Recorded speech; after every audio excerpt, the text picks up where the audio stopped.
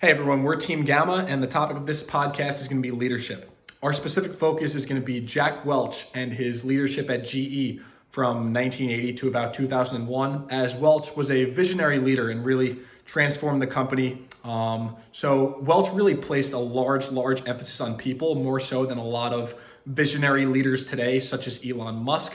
And what we want to do is we want to teach people that being a leader is not just having awesome inventions, right? So you really need to know how to manage people, find out what matters to them, incentivize them to reach their goals. And we're going to propose specific scenarios that Welch encountered, see what these people's responses were to these specific scenarios, what they would do. And then we're going to see at the end if it really changed their perception on what a leader is by asking them in the beginning who they think some leaders are and at the end who they think some leaders are. And hopefully we're going to get some different responses and teach people more about leadership. Who is a leader to you right now? Who do I see as a leader in business, the industry I'm in, which is Wall Street? The two that I see fairly clearly right now are Jamie Dimon of JP Morgan, who certainly seems to know how to get his people to drive in the right. Indra Nui, because she is a charismatic, determined leader. I think a good business leader is someone who prioritizes communication with their team and is able to set forth clear goals, both personally and as a company. I also think that a good business leader is someone who is motivated to make a positive impact on the company and someone who is empathetic towards their teammates. I think that Mark Cuban is a good leader in business. I think some great leaders are AOC and Kamala Harris because I think they really inspire women, especially young women who are watching the TV, watching social media. They have these women to look up to who are confident and speak their minds and are very direct in what they're saying. And I think that's very important for women to see that confidence and how to express what they feel and not be ashamed of that. You know, you'd see on a CNBC flashy reports, so flashiness, I'd say people coming from the best schools, they're not even oftentimes, and I say this respectfully, not the highest IQ, very intelligent people, but they're not rocket scientists. And what are they? They're, I'd say, women and men that have attributes and commonality across being very well grounded, I'd say trustworthy, committed, and hard. So two great leaders that I think really embody the term leadership are Eleanor Roosevelt and Nelson Mandela, because both of them really took initiative to perform well in their fields and set an example for future performers after them, and really showed people what the First Lady or philanthropist should be like. What would some of your top priorities be as CEO of this company? Well, I think that he specifically targeted employees that were aligned with the vision and the cultural norms of the company. He really wanted to have people there that wanted to be there. He also de-layered the company, which basically meant that he removed a lot of the unnecessary titles associated with the jobs, and he just tried to make it feel like a more cohesive unit. And he also removed unnecessary employees and job positions that just were not necessary to the workflow there, and tried to really train the higher ups and the managers in making sure that everyone really knew what they were supposed to do and came into work every day with a purpose. If you were to run a company with 200,000 people, how important would culture be to you?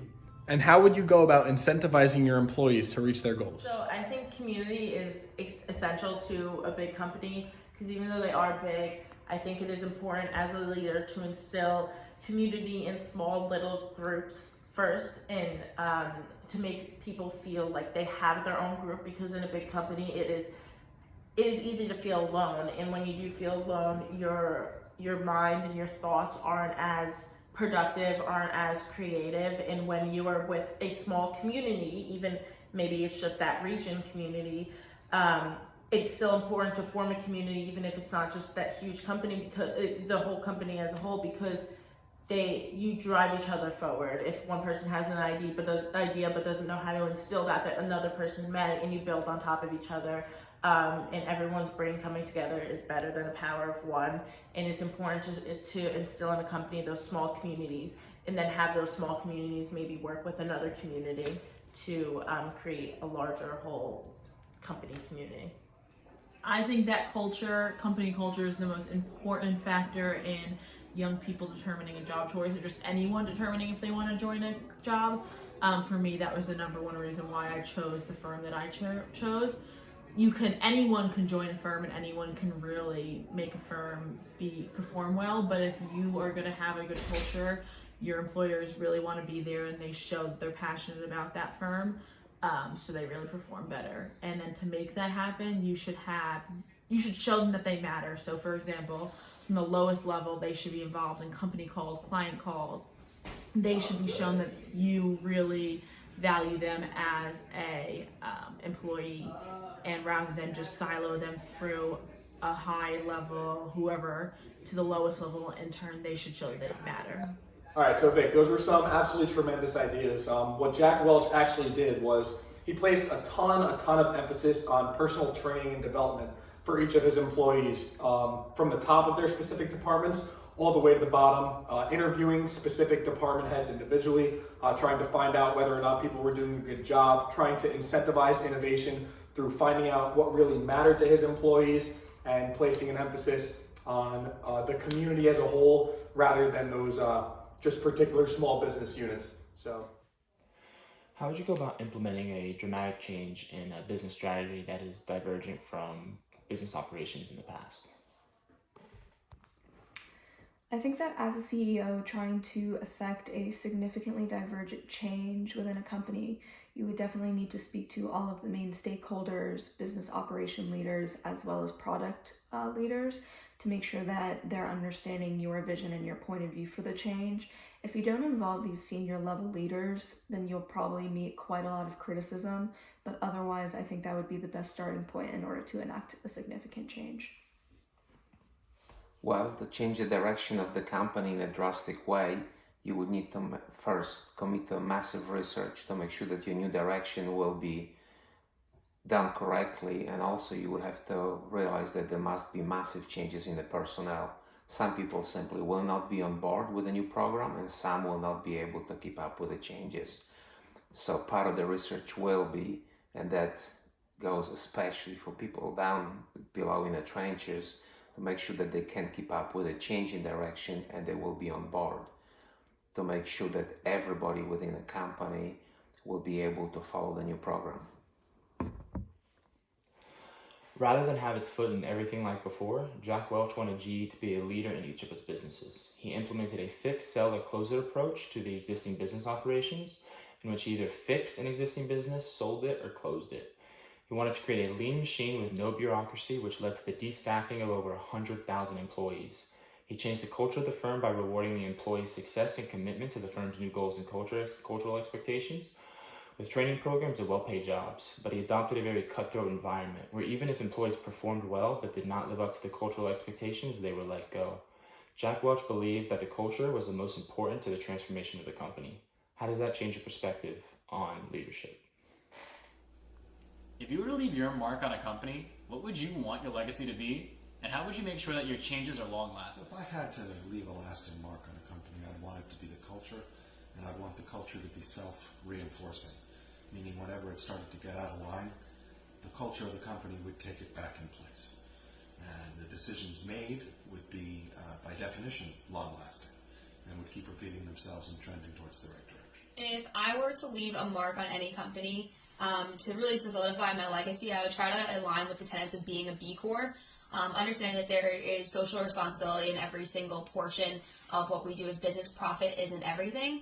So I would try to have my organization register as a B Corp to make sure that we are standing to those tenets of being good for the community, being good for the environment, and being good for our employees as well, making sure it's a sustainable environment for the company as a whole and for our community. So in the case of GE, Jack Welch attempted to leave his legacy by leaving long-lasting cultural changes, as well as developing leadership in the members of GE so that they can take his place after he left the company. So this can be seen in the form of like a management development facility like in Crotonville, where where GE would develop management talent in-house. And when it comes to culture, GE cultivated a small entrepreneurial startup vibe by allowing for open discussion between subordinates and managers, etc., etc. So, has this changed your perspective on leadership at all? So I don't think that this really changes my perspective on leadership. You know, to answer the question, do I still think that the two people I said before, who's Jane Fraser and Jamie Dimon, are good leaders? Sure, I do. What it does make me question a little bit is whether Jack Welch's legacy will go down as 100% a good leader. At the time, it looked like it. In retrospect, you know, it's debatable. The company went, you know, from almost bankrupt, you know, to everybody's favorite darling, to almost bankrupt. And some of that probably had to do with the culture there. So it's debatable. So, while this may not, change my definition of leadership in general, I think it may kind of change my opinion on what leadership looks like in a CEO type role, and maybe not like a middle manager or lower management type role. I know this is important because leaders have to focus on the process rather than the product. So leaders really need to put an emphasis on how they're treating their employees day to day rather than what they want to accomplish in the end. This made me understand that people in business matter more than ideas, because without people, ideas cannot happen. So the purpose of this presentation was to highlight that people are more important than the product, ideas, or process themselves, because without people, none of that would be possible. And you could be a tremendous leader with unbelievable visionary ideas, but nothing will ever be accomplished unless you know how to effectively motivate your people, understand them, and incentivize them to reach their goals. So without people, a company is nothing. And we hope you learn that through Jack Welch's actions and our understanding and comprehensions of his ideas.